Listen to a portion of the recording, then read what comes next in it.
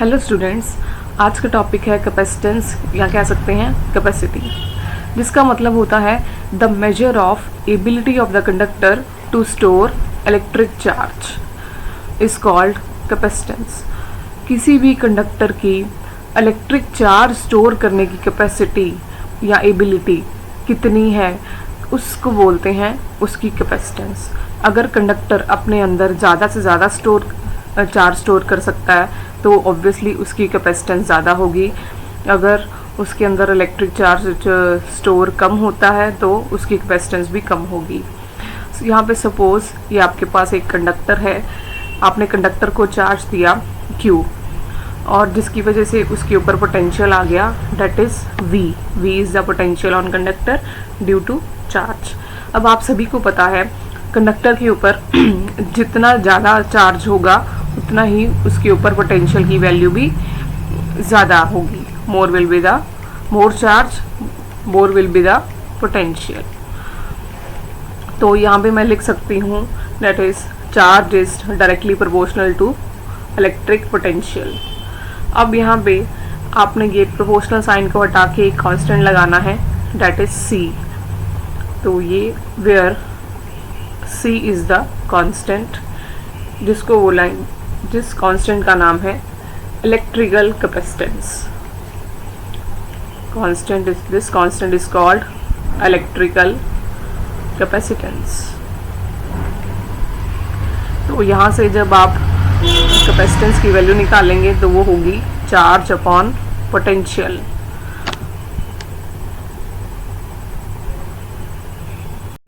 तो यहाँ से कैपेसिटेंस बराबर आ गया चार्ज अपॉन इलेक्ट्रिक पोटेंशियल। आपके जैसे जो डिवाइसेस होते हैं, कुछ इलेक्ट्रिकल डिवाइसेस हैं हमारे पास, बैटरीज, कैपेसिटर, ये ऐसे डिवाइसेस हैं जिसके बारे में हमने पढ़ना है कैपेसिटर के बारे में कि ये अपने अंदर, इसके अंदर पहले हम इलेक्ट्रिक चार्ज स्टोर करेंगे, बाद में यही इलेक्ट्रिक चार्ज फिर हम यूज़ कर सकते हैं। जैसे कि कैपेसिटर बिल्कुल बैटरीज चार्ज जो बैटरीज की तरह होते हैं, जैसे बैटरीज को चार्ज कर लेते हैं, बाद से फिर हम वही चार्ज बैटरीज से इलेक्ट्रिक करंट की सप्लाई लेते हैं। तो इसी तरह कैपेसिटर्स भी हैं, इसके अंदर भी इलेक्ट्रिक चार्ज स्टोर करके रख लेंगे और बाद में इनको यूज़ करेंगे for the constant supply of current. Then अब इसके बाद जो SI यूनिट है कैपेसिटेंस मेजर करने का वो है फैरेड। ये फैरेड, क्योंकि फैरेड ने इसको डिस्कवर किया था इस चीज़ को, तो SI यूनिट आ गया फैरेड। अब इसमें कैपेसिटेंस की वैल्यू, कैपेसिटेंस किसी अलग अलग कैपेसिटर्स जो होते हैं वो अलग अलग कैपेसिटी के होते हैं। तो आपको ऐसे देखने को मिलेंगे, जैसे कोई कैपेसिटर 2 फैरेड का होगा, जैसे 3.1 फैरेड का, ऐसे 1 माइक्रोफैरेड का, 3 माइक्रोफैरेड, ऐसे these are the examples of capacities of capacitor. Then अब इस इक्वेशन में देखिए जो कैपेसिटेंस की वैल्यू 1 फैरेड कब होगी, कैपेसिटेंस की वैल्यू कितनी आती है। सपोज़ अगर हम चार्ज की वैल्यू 1 कूलम पुट करते हैं और इलेक्ट्रिक पोटेंशियल की वैल्यू 1 वोल्ट पुट करते हैं तो ऑटोमेटिकली आपके पास यहाँ से कैपेसिटेंस की वैल्यू 1 आएगी, 1 farad.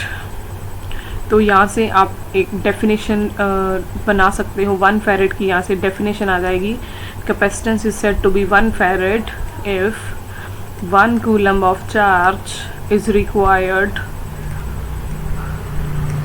To raise its potential through 1 volt. इसका मतलब क्या है कि किसी भी कंडक्टर की या कैपेसिटर की कैपेसिटी 1 फैरेड कब कहलाएगी, अगर 1 कूलम का चार्ज आप लगेगा, अगर 1 कूलम चार्ज चाहिए उस कंडक्टर का पोटेंशियल रेस करने में, कितना पोटेंशियल रेस करना है, दैट इज़ 1 वोल्ट। अगर 1 कूलम चार्ज आपने स्टोर किया किसी कंडक्टर में और उसका पोटेंशियल हो गया 1 वोल्ट, तब हम उस बोलेंगे कि उस कंडक्टर की कैपेसिटी कितनी है, 1 फैरेड। कुछ अदर यूनिट्स भी हैं कैपेसिटेंस के, अदर स्मॉलर यूनिट्स जैसे कि माइक्रोफेरेड, नैनोफेरेड, पिकोफेरेड। जैसे कि 1 माइक्रोफेरेड में कितने फेरेड होते हैं, 10⁻⁻6 फेरेड। 1 नैनोफेरेड में होते हैं 10⁻⁹ फेरेड। 1 पिकोफेरेड में होते हैं 10⁻12 फेरेड। अब नेक्स्ट बात करते हैं कैपेसिटर की। पहले हमने बात की कैपेसिटेंस की, अब बात करेंगे कैपेसिटर की। कैपेसिटर अब यहाँ पे एक डिवाइस है जो कि चार्ज स्टोर करने के लिए यूज़ होता है। तो कैपेसिटर की डेफिनेशन है, सबसे पहले capacitor consist of 2 conductors of any shape. जो हम कैपेसिटर्स देखते हैं वो अलग अलग शेप्स के हो सकते हैं। तो यहाँ पे कैपेसिटर में क्या होता क्या है, 2 कंडक्टर्स होते हैं जो कि किसी भी शेप के हो सकते हैं। These conductors are separated by some non conducting medium. Non conducting medium, यहाँ पे नॉन कंडक्टिंग मीडियम क्या है, एयर भी हो सकती है या कोई इंसुलेटर या डाइइलेक्ट्रिक मटेरियल हो सकता है। such that it can store electric charge। Basically capacitor में 2 कंडक्टर्स हो सकते हैं कोई भी शेप के। ये मैंने 2 कंडक्टर्स लिए हैं A एंड B, और इन कंडक्टर्स को कुछ डिस्टेंस से सेपरेट किया होता है। और इस बीच में जो डिस्टेंस को सेपरेट किया होता है, यहाँ पे इस मीडियम में एयर भी हो सकती है, इंसुलेटर भी प्रेजेंट हो सकता है कोई, या डाइइलेक्ट्रिक मटेरियल रखा हो सकता है। तो जब आप कैपेसिटर को ये कैपेसिटर है आपका, अब आपने इस कैपेसिटर को चार्ज करना है।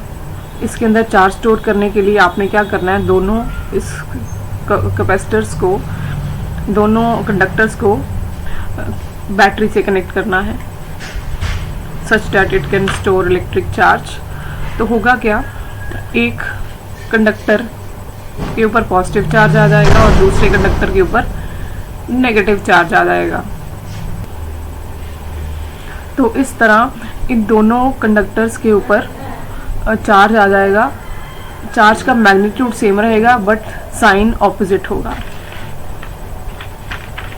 और जब हम बैटरी डिस्कनेक्ट भी कर देंगे पर फिर भी क्या रहेगा, इनके ऊपर जो चार्ज है, जब दोनों कंडक्टर्स के ऊपर चार्ज सेम रहेगा। चाहे आप बैटरी को डिस्कनेक्ट भी कर दें तब भी जो चार्ज है वो सेम रहेगा। नेक्स्ट हमने पढ़ा था कि जो कैपेसिटेंस होती है, that is capacitance of any capacitor is given by charge upon electric potential. अब यहाँ पे 2 कंडक्टर्स हैं आपके पास, एक के ऊपर पॉजिटिव चार्ज है, एक के ऊपर नेगेटिव चार्ज है। तो हेयर V, अब यहाँ पे जो V है वो क्या होगा, इन दोनों कंडक्टर्स के बीच का potential difference. Here V is the potential difference between 2 charged conductors.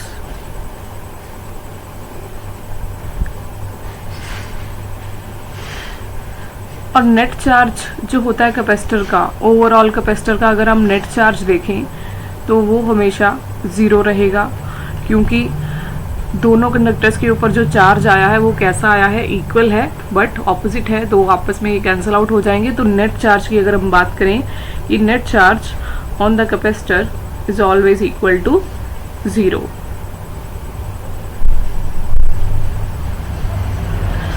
Then अब हमने जैसे सर्किट में अलग अलग सिंबल्स होते हैं हर इलेक्ट्रिक डिवाइस को रिप्रेजेंट करने के।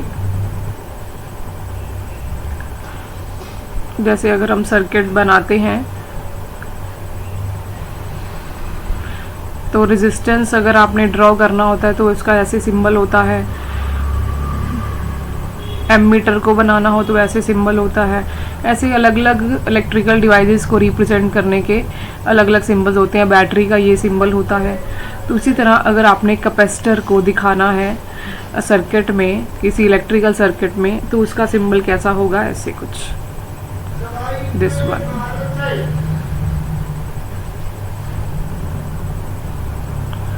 तो ये कैपेसिटर का सिंबल है। ये कैपेसिटर किसका सिंबल है? जिसमें कैपेसिटेंस की वैल्यू क्या रहे? कांस्टेंट रहे। एक और भी बना सकते हैं, दूसरा एक और ये होता है दिस वन। ये कौन सा कैपेसिटर का सिंबल है? जिसमें कैपेसिटेंस की वैल्यू हम वेरी करवा सकते हैं, दैट इज वेरिएबल कैपेसिटेंस, जिसकी वैल्यू जो है वो कैपेसिटेंस की चेंज करवा सकते हैं, और इसमें कैपेसिटर की वैल्यू सेम रहेगी। तो नेक्स्ट है टाइप्स। कितने तरह के कैपेसिटर्स आते हैं? अलग अलग शेप्स के अकॉर्डिंग कैपेसिटर के टाइप्स भी कितने सारे हो जाते हैं, जैसे कि spherical capacitors, parallel plate capacitors, then cylindrical capacitor. ये शेप्स के अकॉर्डिंग है। सिलेंड्रिकल कैपेसिटर, तो इनमें अलग अलग डाइलेक्ट्रिक मीडियम हो सकता है, एयर भी हो सकता है, पेपर भी हो सकता है, मटेरियल माइका, सिरामिक। तो इन प्लेट्स के बीच में या दो कंडक्टर्स के बीच में डाइलेक्ट्रिक मीडियम अलग अलग होते हैं, पेपर, माइका, सिरामिक एक्सेट्रा। तो आपको पता चल गया अब कि कैपेसिटर क्या है, कैसा डिवाइस है जो कि इलेक्ट्रिक चार्ज स्टोर करने के लिए यूज़ किया जाता है। इसके यूजेस कहाँ कहाँ पे हैं? अगर हम यूजेस की बात करें तो फैंस में, हर जगह यूज़ होते हैं ये। फैंस में, मोटर्स में, as well as voltage regulators में, रेडियो सेट्स में, टेलीविजन्स में, कंप्यूटर्स में इनका यूज़ होता है। इस यूनिट में हम मेन पैरेलल प्लेट कैपेसिटर की बात करेंगे नेक्स्ट टॉपिक में।